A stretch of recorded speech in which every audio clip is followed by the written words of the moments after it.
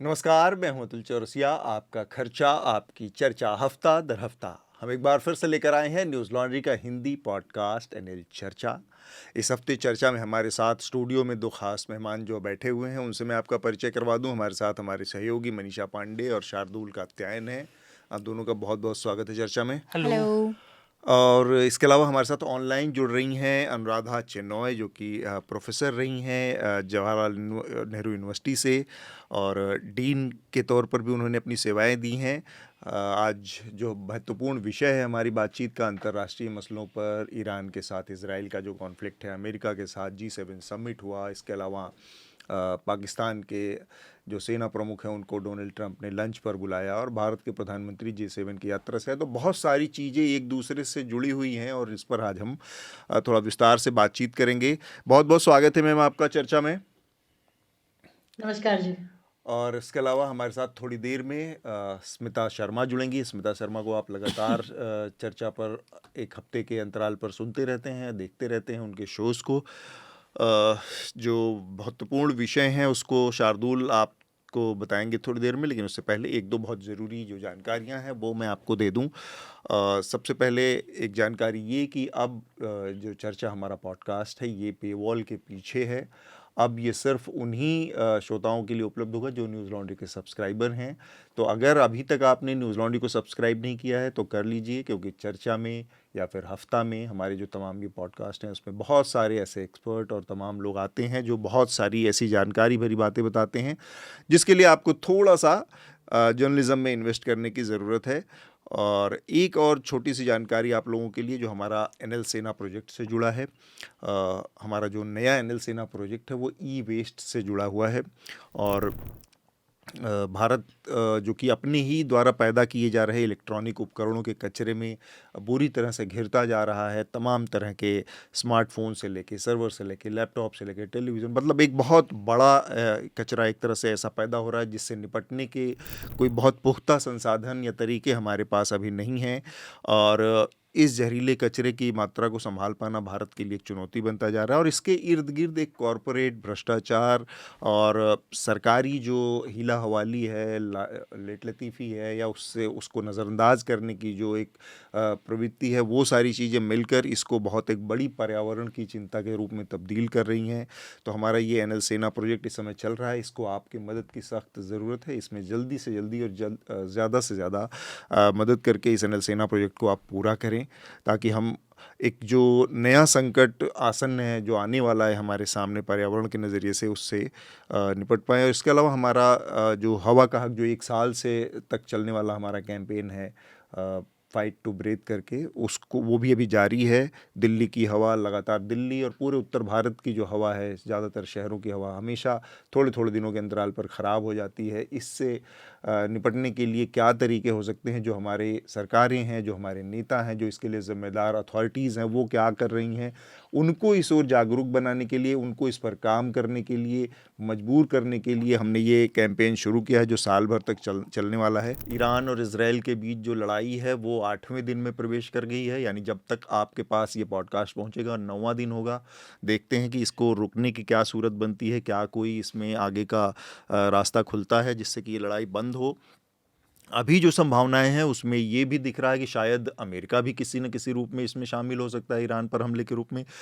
तो एक तो ये स्थिति है। उसका दूसरा जो पहलू है वो है पाकिस्तान से जुड़ा, और पाकिस्तान को लेकर जो अमेरिका का रुख है वो बहुत चमत्कारिक ढंग से पिछले 2-3 महीनों में बदला। खासकर पहलगाम के अटैक के बाद जो स्थितियां पैदा हुई हैं उसमें अमेरिका ने पाकिस्तान के साथ जो जिस तरह से रिश्तों को फिर से डिफ़ाइन किया है वो बहुत ही चौंकाने वाला है। हालांकि बहुत चौंकाने वाला भी नहीं है, क्योंकि पाकिस्तान की जो स्थिति है, जो उसकी सामरिक स्थिति है, वो आज की तारीख में ईरान के साथ उसकी बड़े पैमाने पर सीमाएं लगती हैं, बहुत लंबी सीमा है। अफ़गानिस्तान के साथ उसकी बड़े लंबी सीमा है, भारत के साथ है, प्लस चीन के साथ उसके रास्ते खुले हुए हैं, और एक हिस्सा उसका अरब देशों की तरफ भी खुलता है। ये सारी स्थिति मिलके एक बड़ा मेजर, केवल अगर हम भारत को छोड़ दें तो अमेरिका के लिए बाकी सारे एक तरह से चुनौती वाले सीमाएं, चाहे वो ईरान हो, वो अमेरिका उनको एक उसको दुश्मन की निगाह से देखता है। चीन के साथ उसका एक अलग किस्म का रिश्ता है, दुश्मनी भरा। पाकिस्तान अमेरिका का पुराना स्ट्रेटेजिक एलाय है, चाहे इक्वल नहीं है, लेकिन पाकिस्तान को हमेशा अमेरिका ने इस्तेमाल किया है। और पाकिस्तान बिल्कुल खुला है कि हाँ, हमें इस्तेमाल करो। और उससे और वो सारी ये जियो स्ट्रेटेजिक इशू से उनको फ़ायदा हुआ है। जी। तो वो उनको डबल गेम बहुत अच्छी तरह से आती है। तो भारत को ये भी देखना होगा कि भारत कोशिश करता है हर बार कि पाकिस्तान को आइसोलेट किया जाए। वो नहीं होगा, क्योंकि अमेरिका का हाथ उनके हमेशा पीछे होगा। ये सारे देश Islamic countries, organisation of Islamic states का वो हिस्सा है। सेंट्रल एशिया के साथ उनका बॉर्डर है। और उनके सबके साथ, उन सारे देशों के साथ काफ़ी बनी चुनी है। और कभी कभी प्रॉब्लम भी हो जाती है, जैसे ईरान ने बलूचिस्तान को भी थोड़ा बहुत सपोर्ट किया था, और एक दफ़ा वहाँ पे अटैक पाकिस्तान ने और ईरान के बीच में एक एयर अटैक भी हुआ था। जी। लेकिन इस स्थिति में पाकिस्तान अमेरिका के लिए बहुत ज़रूरी है। और पाकिस्तान, आप देखिए चीन के साथ उन्होंने कैसे हाथ मिलाया हुआ है। चाहे चीन अमेरिका का सबसे बड़ा मतलब थ्रेट उनको उसको कहा जा रहा है, राइट। लेकिन पाकिस्तान उनके साथ बैलेंस कर सकता है, और ये सारी चीज़ों के साथ बैलेंस करता है। तो ये तो रहेगा ही। तो हमें देखना होगा कि हम लोग भी अमेरिका के आगे ज़्यादा घुटने ना टिकाएं, क्योंकि अमेरिका सारे देशों के को इस्तेमाल करता है अपने फ़ायदे के लिए। तो हमें अपना फ़ायदा भी देखना होगा, क्योंकि अमेरिका का फ़ायदा हमेशा नंबर 1 रहता है, और वो किसी देश को भी इस्तेमाल कर सकता है। जैसे आजकल इज़राइल, उन्होंने, हम लोग सोच रहे हैं कि हाँ, इज़राइल के बिहाफ पे वो अटैक करेंगे, लेकिन अभी तक क्यों नहीं किया? पाकिस्तान की एक स्ट्रेटेजिक भूमिका आज से नहीं, 1970 से रही है। 1972 में जब 2 दशकों के बाद में यूएस और चीन के बीच में रिश्तों का रीसेट हुआ था, उसके पहले यूएस ने ताइवान को जो है इंडिपेंडेंट तौर पर रिकॉग्नाइज करके रखा हुआ था, एक नेशन उनको आधार दिया हुआ था। जब उस वक्त आपके रिचर्ड निक्सन और माओ जेडुंग के बीच में जो फर्स्ट मुलाकात हुई थी 1972 में, वहां भूमिका पाकिस्तान ने निभाई थी। हेनरी किसिंजर जो उस वक्त रिचर्ड निक्सन के साथ थे, किसिंजर ने दरअसल चीन तक के लिए जो है, उन्होंने एक सीक्रेट जर्नी किया था चीन में 1971 में, जहां वो बाय पाकिस्तान गए थे, और वहां जाकर जो है एक तरीके से वो पुल तैयार किया था, और उसके बाद यूएस और चीन के संबंध वापस से बने थे। तो वो ही पाकिस्तान जो कभी अमेरिका का आईज एंड ईयर्स हुआ करता था, आगे चलकर चीन के साथ आज की तारीख में हम देखते हैं, जिसे वो कहता है ऑल वेदर फ्रेंडशिप, जो समंदर से ज्यादा गहरा है, आसमान से ज्यादा ऊंचा है। एंड पाकिस्तान, अगर डोनाल्ड ट्रंप मर्सिनरी हैं, तो पाकिस्तानी आर्मी उतनी ही ज्यादा मर्सिनरी है। पाकिस्तान आर्मी ने खुद को हमेशा से बेचा है एज अ वैसल स्टेट। और पाकिस्तान ने जो यूएस की बिडिंग की है, वो आप सोवियत वॉर्स के वक्त में देख लें, आप मुजाहिदीन की जो Soviet pull out of Afghanistan में देख लें, इसके बारे में हाल ही में इनफैक्ट जब ऑपरेशन सिंदूर चल रहा था, तो उनके जो लाउड माउथ डिफेंस मिनिस्टर हैं ख्वाजा आसिफ, उन्होंने एक इंटरव्यू में कहा भी था कि we have been doing American bidding for a long time. तो ये तो अमेरिका और पाकिस्तान का बहुत गहरा नेक्सस रहा है। लेकिन जो इस बात की सरप्राइजिंग रही है, जो पाकिस्तानियों को भी ऑफेंसिव लगना चाहिए, जो सेंसिबल लोग हैं उनको ऑफेंसिव लगना चाहिए, वो ये है कि देखिए, यूएस प्रेसिडेंट का एक पाकिस्तानी मिलिट्री चीफ को लंच पे बुलाना, एब्सोल्युटली, और वो भी उस लंच पे बिना ऑफिशियल्स के बैठकर जो है 2 घंटे तक, एक मीटिंग जो 1 घंटे तक शेड्यूल थी, वो 2 घंटे तक होना, एक ऐसे वक्त में जब पाकिस्तान के अंदर और एक बहुत बड़ा तबका जिनको लग रहा था कि शायद डोनाल्ड ट्रंप आकर कुछ हस्तक्षेप करें, तो इमरान खान जो अभी तक जेल में बैठे हुए हैं उनको रिहा किया जा सके, इमरान खान के पूरे जो डायस्पोरा सपोर्टर्स हैं जिनको ट्रंप से उम्मीद थी, वो सरप्राइज्ड हैं। नेतन्याहू एक क्लासिक लीडर हैं जो स्ट्रॉन्गमैन हैं और जो यूज़ कर रहे हैं युद्ध को अपने खुद को बचाने के लिए। करप्शन के चार्जेस हैं उन पे, और इस वक्त एक बहुत पॉलिटिकल डिस्कोर्स वहाँ पे चल रहा है जो उनकी सरकार को खतरे में डाल रहा है। वो ये है कि जो ऑर्थोडॉक्स इजराइल की सोसाइटी में हर किसी को आर्मी में सर्व करना होता है, चाहे वो महिलाएं हों चाहे जो भी हों। सिर्फ जो लोग को नहीं जो एग्जेम्प्ट है इससे, वो है ऑर्थोडॉक्स जूस। उनका ये कहना है कि भाई हम लोग स्पिरिचुअली नेशन को डेवलप करें तो हमें आर्मी में लड़ने की ज़रूरत नहीं है, जिससे काफ़ी इजरायली सोसाइटी में गुस्सा है कि भाई जो हम लोग हैं हम ही क्यों मारे जाएं, और इस टाइम पे जबकि लोगों की ज़रूरत है। 2 साल हो गए हैं ऑलमोस्ट गाज़ा की, तो हमें सोल्जर्स की ज़रूरत है। तो ये एक बड़ा वहाँ पे कंटेंशियस इशू है।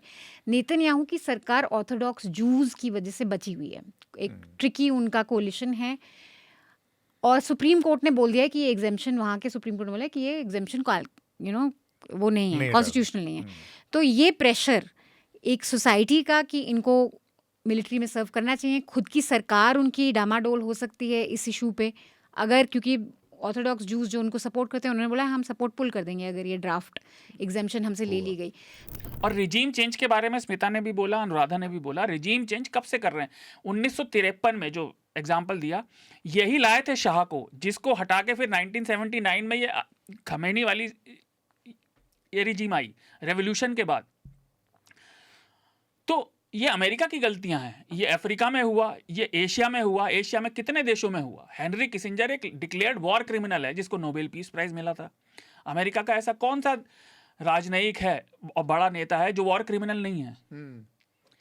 अब इसमें दो बात और आती है, जो एग्जिस्टेंशियल थ्रेट वाली बात आई, ये वही स्टेटमेंट है जब रशिया ने यूक्रेन पे अटैक किया था 3 साल से थोड़ा ज़्यादा पहले, तो सरगेई लेवरोव ने लिटरली यही स्टेटमेंट दिया था कि Ukraine is the existential threat for Russia, इसलिए हमने अटैक किया है। तब आप उसके विरोध में आ गए। इसमें जो एक कनंड्रम पैदा होता है कि भाई इजराइल का परसीव्ड सिक्योरिटी औरों की सिक्योरिटी से ज़्यादा है। ऐसा कौन सा देश है दुनिया में, चीन और भारत जैसे बड़े देश भी नहीं हैं, अमेरिका तो अपने सीमाओं पे सुरक्षित है लेकिन वो तब भी सुरक्षित नहीं मानता। ऐसा कौन सा देश है दुनिया में जो अपने आप को हमेशा पूरी तरह सुरक्षित महसूस करता है? नहीं करता। आपके जियोपॉलिटिकल एडवर्सरी भी होते हैं, पार्टनर भी होते हैं, वो चाहे बॉर्डर पे हों या बॉर्डर के बाहर हों, लेकिन क्योंकि इजराइल को लग रहा है कि उसे खतरा है तो वो हमला कर देगा। मुफ्त में बस इतना ही। अगर आप पूरी चर्चा सुनना चाहते हैं तो न्यूज़ लॉन्ड्री को सब्सक्राइब कीजिए, और सबसे बेहतर तरीका यह है कि आप हमारे ऐप पर इस पॉडकास्ट को सुनें, और तमाम हमारे जो पॉडकास्ट हैं उसको हमारे ऐप पर सुनें। यह गूगल प्ले स्टोर और एप्पल स्टोर पर सब जगह उपलब्ध है। न्यूज़ लॉन्ड्री किसी भी तरह का विज्ञापन नहीं लेता, ना किसी राजनीतिक दल का, ना किसी सरकार का, ना किसी कॉरपोरेशन का।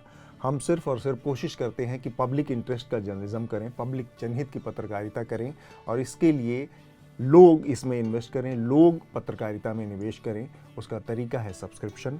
तो सब्सक्रिप्शन के हमारे टैग पर जाइए, वहाँ पर अपनी मनचाही रकम पे कीजिए और न्यूज़ लॉन्ड्री का सब्सक्रिप्शन लीजिए, और गर्व से कहिए मेरे खर्च पर आज़ाद हैं खबरें।